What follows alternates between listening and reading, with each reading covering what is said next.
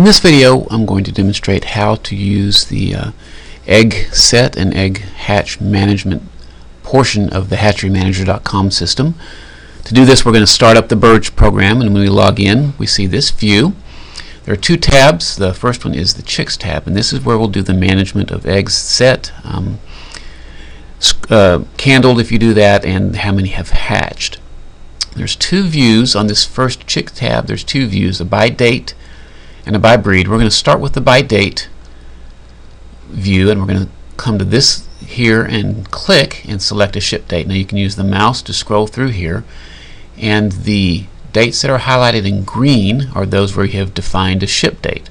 So you can't set eggs if you haven't defined a ship date. So when we select this date, we're going to be managing the eggs that are for this ship date or hatch date, assuming that you hatch and ship on the same day. So this is not the day the eggs are set, but the day they're going to hatch and ship. So you can either click select, or you can just double click the date. Now you can see in this one that I have entered some data. This is not real data, obviously, but I've entered some data. So let's go to a date where I haven't entered any. So I'm going to go ahead and click up to February 21st. And I've got a blank screen. There's nothing listed. Well, that's fine. Don't panic. If you come to a ship date that doesn't have any records, it's just because you haven't put any in. You haven't entered any. So you can go ahead and click this Populate Breeds button, and it will add a record for every breed that you have.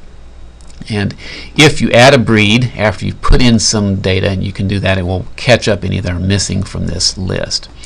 So here's how we want to work this, how you want this to work. As far in advance as you can, we want to enter a projected egg set. So this is the number of eggs that you believe or you think you might set for that breed for this hatch date, and you want to do this as far in advance as you can so that you can take orders out into the future. So one of the features that's nice about this is if you click on a column, that column turns yellow, so that it's easy for you to line up with your eyes the data as you enter it. And then you don't have to click right in the date in that column, but you can click on the breed instead. So when I click on Barred Cochin, it brings me into edit on that column, and I can just start entering my value. So enter a value, press enter, and I'm just going to make up some data here, enter these along. Now then we actually, so for projected, we're going to go ahead and enter a few more here. And you have to remember not to forget to save. So we're going to make sure we save, and you can save as often as you want to. Anytime certainly you walk away from the computer, you probably want to save so that you don't lose the data that you've typed in. So now then we've entered, for this particular date, we've entered the projected egg set, and you can see because we clicked here that it's sorting by that column, so they all sorted to the bottom. We can go back to this way and sort by breed again, which was the original sort. So now then when it's time to actually set the eggs, you're going to enter the number of eggs that you've actually set. So I'm going to come here, and let's try to break it by setting 2,000. You can set more than you projected, and that's no problem. And it's going to calculate the date it thinks that you're setting those eggs based on the type of breed it is and the shipping date. So this is guessed the 31st, which is probably a good guess. So let's go down here and set some more eggs. Again, now these are eggs that have actually been put into the incubator.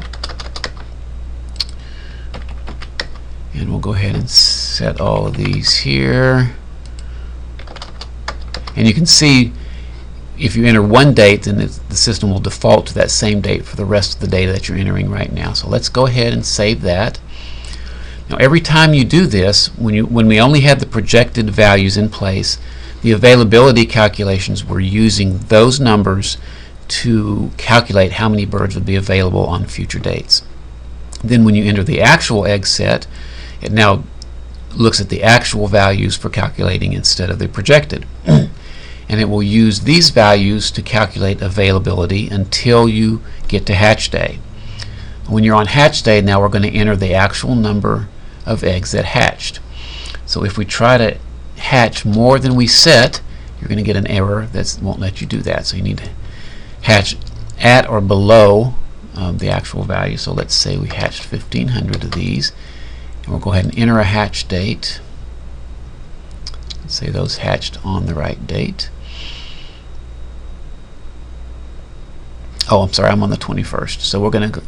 So that's what this error message is. A little sanity checking about the hatch date. So this is the right date, and so that is going to calculate for us the actual hatch percent. Let's enter another one here, and you can see it automatically fills in the date and the actual hatch percent. Let's go ahead and save that data. Now, if before we actually started hatching, if we had entered a projected hatch percent, so let's do that for this breed and this breed. So if you don't enter a projected hatch percent, there's a system-wide default of 75%. But if you know how this particular breed hatches, you can enter a more specific hatch percent, and the availability calculations will use that percentage in the calculations to determine how many are available to sell.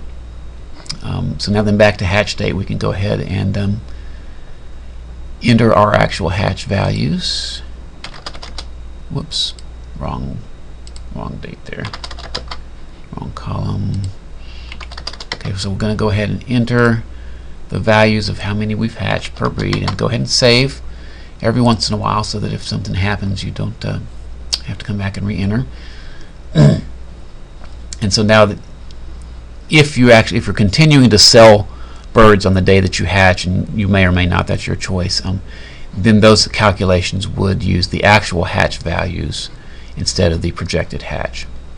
There's one other knob, one other dial that we can tweak, and that's this sell percentage. So if for some reason you want to, for a while, limit the number of birds that you sell, then you can also put that in here. So I only want to sell 50%, and the availability calculations will include that as well.